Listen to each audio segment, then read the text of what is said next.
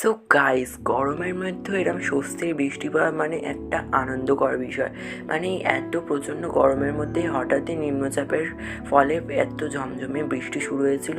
আর চারিদিকের গাছপালাগুলো কী সবুজময় লাগছিল, প্রকৃতিটাও পুরো সবুজে ছেয়ে গিয়েছিল। আর বৃষ্টিটা দারুণ হচ্ছিল। আমার তো বৃষ্টি খুবই পছন্দ, কার কার পছন্দ কমেন্টে জানাবেন।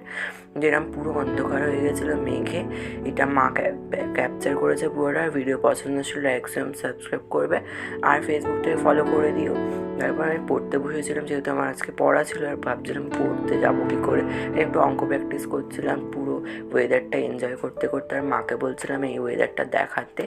তো এইখানে আমাদের পিছন দিকে মা চলে এসেছে। এখানে আমরাও দেখিয়েছিলাম কাঁঠাল হয়েছে আর কলা গাছ পুরো ভর্তি এখানে। আর কী সুন্দর লাগছে, সবুজ পুরো। এখানে পেয়ারা গাছ আছে আর ওইখানে বড় বড় কাঁঠাল হয়েছে, দেখতেই পাচ্ছেন ওই যে ওইগুলো।